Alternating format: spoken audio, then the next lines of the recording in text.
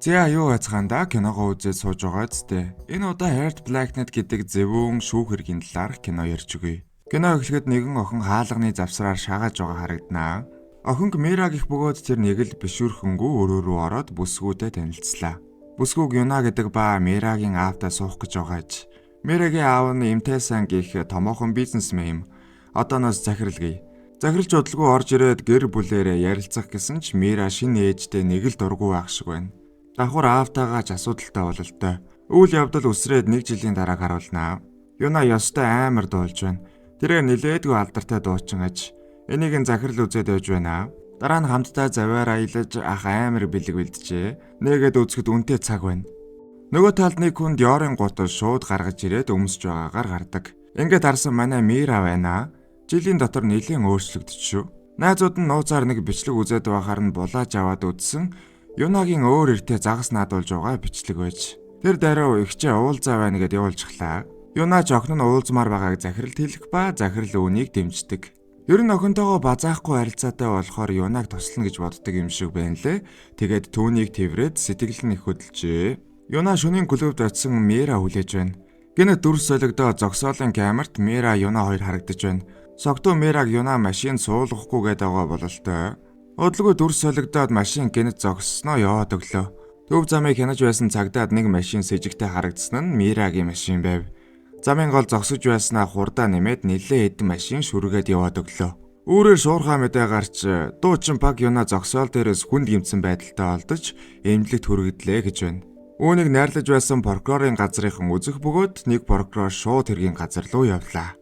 Жохон шартай юу да хөөрхий. Одооноос ер нь энэ прокурорыг хараа гэд нэрлэлчээ. Хэргийн газар ирэхэд хачиргалтай нь камерын өрөө бүхэлдээ шатсан байдаг. Ингэснээр гол нотлох баримтаа алдаж хэрэг нохоон замаар орох эхлэл нь тавигдаж байгаа юм аа. Нөгөө талд жинхэнэ шаардсан хүн цагдаагийн газар сэрнэ. Захирал орж ирээд Юнаг нас барсан хэлдэг. Тэгээд Мира тэр хоёрын дунд юу болсныг асууж чи надад үннийг хэлэх хэрэгтэй байна. Үгүй бол би чамд тусалж чадахгүй н гэдэг. Үүнийг сонссон Мира хэсэг манарсан царай гаргаад мэдрэл новш. Тэр мө хүүхнээсээ болоод надад ингэж хандаж байгаа мó. Манай хүн чинь нэлээд эвдрээ юу да. Ингээд Мирагийн оршуулга болж захирал ганцаараа завиа унаж Юнагийн замцыг үнэрлэж байна. За ингээд шүүх хурал энэ дээрээ том асуудлууд эхэлж байгаамаа. Мэдээж манай захирлын ард том хуулийн ферм ажиллах нь ойлгомжтой. Газар доороос гайж гэхүү юу ч гэхүү Мира нэг тоглоом тоглодог байсан юм байна лээ. Зүгээр нэг тоглоомч биш өөрийнхөө алмаар байгаа дүрээ бүтээгээд тэгээд ёстой 9 шидийн аргаар алдаг тоглоом. Манай хүн мэдээж хоод ихэ будаа болгосон байлгүй яах вэ? Энэ нь шүүх хурал дээр барьц алдах зүйл болчихж байгаа юм л да. Гэхдээ захирал үүнийг өөрөөр харж интернетэд сэв гэдэг. Манай хүн өөрөө энэ тоглоомыг хийсэн компани хувийг эзэмшдэг юм байна лээ. Ийм шуугаан борлуулалтанд нөлөөлөх нь аргагүй. Бизнесменийн хувьас бол зөв шийдвэр, гэхдээ одоогийн байдлыг харахад бороо бас эвгүй нөхөрч юм шиг тийм ээ. Нэмээд том фермээ ашиглахгүй харин нэг сургаггүй өмгөөлөгчтэй холбогдохыг хүснэ. Тэр сургаггүй өмгөөлөгчийн хаажон гэх бөгөөд үнэхээр игдүүтэй хөөрхөн өмгөөлөгч байдаг. Одооноос хэдүүлээ хөөрхнөөгээ дуудчихъя. Хөөрхнөө бол Мираг өмнө нь мэддэг дотн байсан юм шиг байгаа. Тийм ч утгаараа Мираг ямар ч гин буруугүй гэдэгт бац зогсож түүнийг өмгөөлөхөр болж байгаамаа. Нөгөө талд Хараагийн баг Юнагийн үхлийн задлан хийж байдаг. Тэр орой машинд мөргүүлж унахдаа төмрөнд толгоон зоогдож хүнд гэмтэл авсан гэж үзжээ. Энэ үеэр захирлын баруун гар нэг дэлгүүр дээр ирдсэн байдаг. Манай хүн нэг юм даалгасан юм шиг байна лээ. Гэхдээ дэлгүүрийн тохиоллоос болоод тэр нь хударч байгаа юм. Ингээд эхний шүүх хурал эхлэх бөгөөд Хараа гэрчээс сэжигтэн Мираг дууднаа. Тэр шөнө болсон явдлаас Мира зөвхөн машиндаа онтож байснаа санахаж хэдий эцэгтэйгээ муудаж шоу цэнгийн хөөж явсан ч одоо ч жоохнороо байгаа байхгүй юу? Үүнийг ч Хараа ашиглаж хэргийг нааш нь эргүүлж байгаа юм. Сэжигтэн өөрийгөө өмгөөлөх чадваргүй гэдэг бол том давуу тал. Хөөрхөн өмгөөлөгчийн ээлж болоход Мирагаас согтууруулах ундаа уухтаа жолоо барьдаг эсхийг асуунаа. Мираг уух үед нь захирлын баруун гар ирж авдаг байж. Үүн дээрээс үндслээд согтуу Мираан тэр орой жолоо бариагүй зүгээр л машинд явж байсан байж ч болно гэдэг үнцгийг гаргаж ирдэг. Ингээд хоёр дахь гэрч. Хэрэг гарахаас өмнө 0-ийн өрөөнд Мира Юна хоёрыг маргалдаж байхыг нэг гэрч харж л дээ. Мира өнөө бичлэгийг үзүүлээд ёстой 9 шидийн үгээр харааж зүгчээ. Бичлэг дээр хүл явдал нь захиралтай уучрахаас өмнө болсон бөгөөд захиралж үүнийг мэдэх аж. Эхэндээ Юна бие барьж байсан ч тесэржилтэй. Ингээд бүтэн бичлэгийг шүүх танхимд тоглуулнаа. Яг гоо би энийг бүтнээр нь үзээгүй л дээ. Гэхдээ ер нь манай Кани ахын X-ийн бичлэгнээс инспирэшн авсан юм уу даа гэж харагдсан. Шүүх хурлын дараа захирал хараад ажиж уулзахаар ирнэ. Хэрэг гарснаас хойш хараад дээд доод албан тушаалтнуудаас нэлээд их шахалт тулгалт ирсэн юм шиг байна лээ. Мэдээж захирал дарга цэргээр нь яриулсан нь ойлгомжтой. Тэгэд болохгүй болохоор нь өөрөө ирж байгаа нь энэ. Нийгэмдэр холбоо хамаарал гэдэг бол юу юунаас чухал. Миний чам руу яриулсан хүмүүсийн хэрэг чамд гарч ил таарна. Чи ингээд гадас шиг хөдлөхгүй гэвэл би чамд ерөнхий прокурорын суудлыг аваад өгье. Би чаднаа гэж захирал нүүдэл хийж байгаа юм. Үүнийг сонссон Харагийн маань хоолоогоор нь хоолнд авахаа болоод уурлаад яваад өгнө. Нөгөө талд хөөрхнөө Юнагийн талаар нэмэлт судалгаа хийсээр байгаам. Юна алдартай хүн хоон пен клубтэй байлгүй яах вэ? Тэрнийх нь Йоки Кабл гай гэдэг аж. Кабл ч бол Юнаг хаанч явсан дагаж бичлэгийг авдаг эвгүй нөхөр байна лээ. Түрүүжил бүр өрөөнд нь камер суулгах гэж оролцсон гэж байгаа.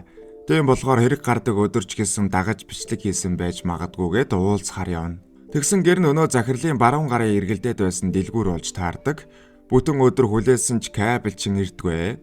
Харж хідэн ясаа тараайдаа гэд хөөрхнөө явах гэж байсан дэлгүүр лүү нэг машин дайраад орхон тэр. Үүнийг харж байгаад хөөрхнөө ч осолдож байгаамаа.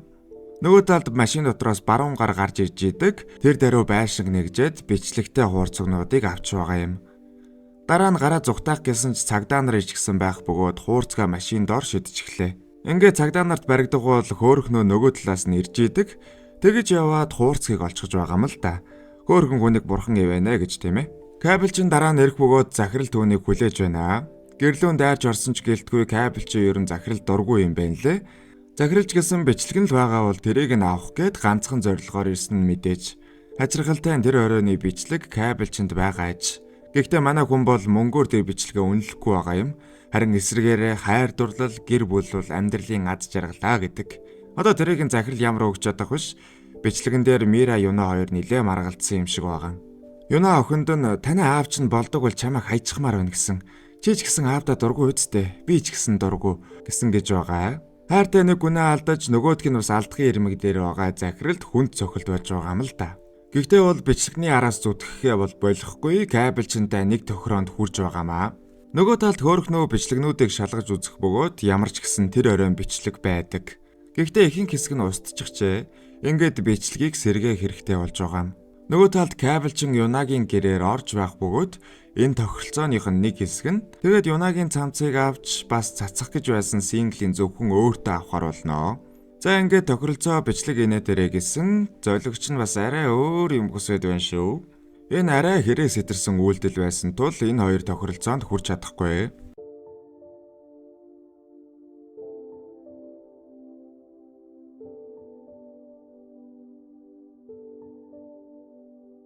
Хоёр дахь шүүх хурлын үеэр захирал Тайланд явах хэрэгтэй болно.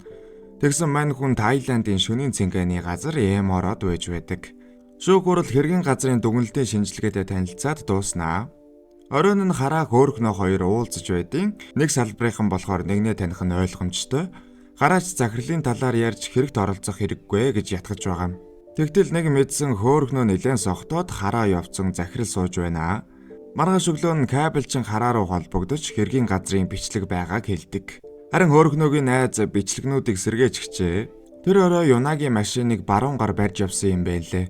Сэргээсэн бичлэг дээр баруун гар нилээн ууртай Юна руу дайрж байгаагаар хардаг. Ингээд дараагийн шүүх хурал эхэллээ. Хөөрхнөө шууд баруун гарыг гэрчээр дуудлаа. Дүрс солигдож захирал хөөрхнөөд нэг зүйл хэлж байна. Юнад бэлгэлсэн цагны дэлгүүрээс холбогдож л дээ. Нэгэр Юнагийн цагийг авчирсан юм байна. Том брендийн цаг болохоор дэлгүүр сэр дугаараар нь хөөгөөд хиний цаг гэдгийг илрүүлчихэж. Хэрэг болсны дараа баруун гар Юнаг олсон бөгөөд мань хүн цагийг туусан болж таарч байна. Гэхдээ баруун гар Юнаг хөнөөсөн бол яах вэ? Тэр орой машиныг жолоодсон хүн нь баруун гарч явж болно.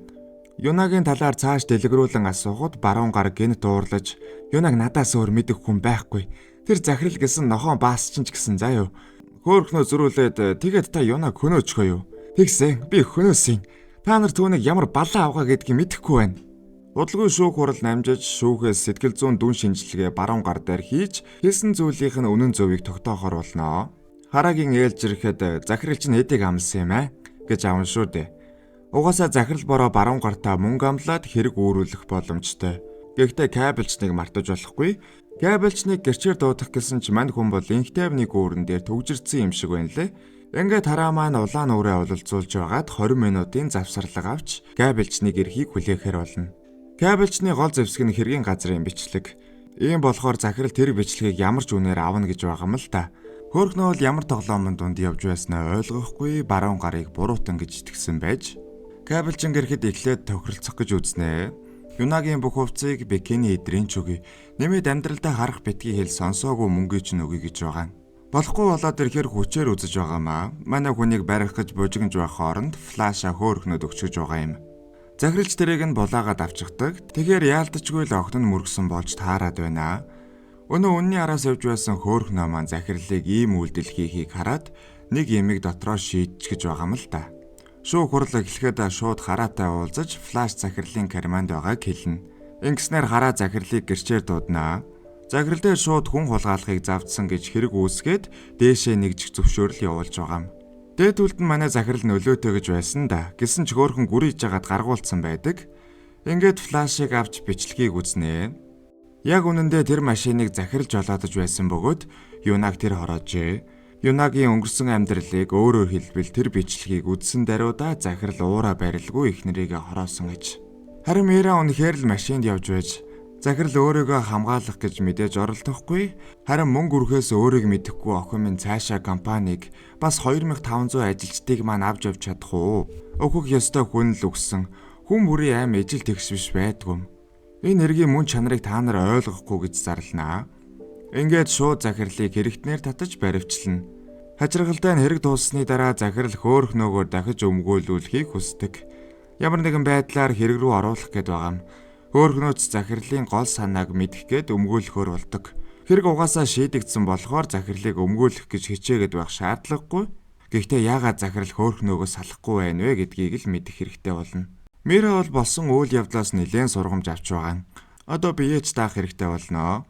Гэхдээ хамгийн сонин нь бичлэг дээр машинд байсан охин нь өөрийгөө биш гэдгийг мань хүн мэдэж байдаг. Тийм ч болохоор үйл явдлын зангааг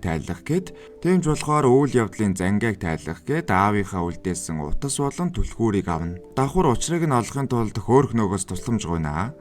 Утсан дээр ганц агуулгын зураг байх бөгөөд зургийг Таиландд авч. Манай хоёр байршлаар нь очиход агуулгын дотор зураг авалтын павильон зассан байна. Зүгээр ч нэг зураг авалтын талбай биш хэрэг болсон зогсоолтоо яг ижил тайз засаж.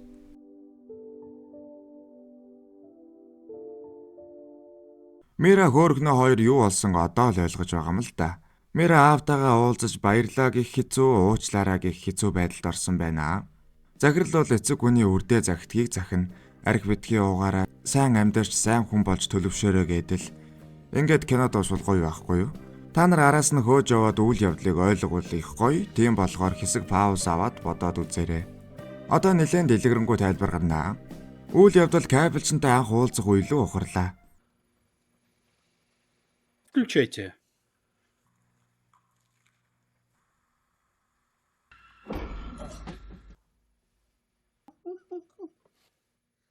Захирал охин нь Юнаг мөргөж буй бичлэгийг үзжээ. Хоёр хайртай хүн нэгнийг алгах гэсэн манай хүний зүрхийг шимшрүүлнэ. Тэр өөрийгөө энэнд буруутай гэж үзэн кабелчныг гуйж бичлэгийг устгуулад өөрөө Юнаг хороож байгаа бичлэгийг хийсэн гэсэн үг. Тэгэхдээ Таиландд зураг авалтыг хийж шөнийн цэнгэний газраас охинтойгоо төстөө харагдах хүнийг сонгожээ. Энэ хийсэн бичлэгээ гэхдээ шууд хараад өгчихсөн бол сэжиглэнэ гэж бодож. Тийм болохоор кабелчныг хараа руу яриулж түүнийг хулгайлж идэргээд олон драм нэмжээ. Зураг авалтын талбай дээр лифтнээс Юнагийн дүр тоглох жүжигчин бууж байна. Юнатай яг л усны дусал шиг адилхан юм аа. Манай ах шууд ихнэрээ санагалсан шүү дээ. Тэр бүхэндээ төсөөл дотроо ихнэрээсээ салах ёсоо гүйцэтгэж байна. Одооноос нэрээ Letterboxd дээр өгсөн үнэлгээг харуулад явна. Би 3 од өгсөн. Уг нь миний ингээд дууссан бол гэдэг хэсэг дээр жинхнээсээ дууссан бол 3.5 юм уу 4 өгөх байсан баг. Яалтчгүй төгсгөлийн хэсэг дээр хэд дэлгэрэнгүй тайлбарласан нь мөн ямар ч шаардлагагүй дүрийг эргэн амилуулсан нь киног унагсан. Нэрээ сабадараараа манайхаа. Би нэрээ энийг хэлэхгүй яваад байгаа. Одоо баг эдитер маань намайг алах хэмжээнд хүрлээ гэж.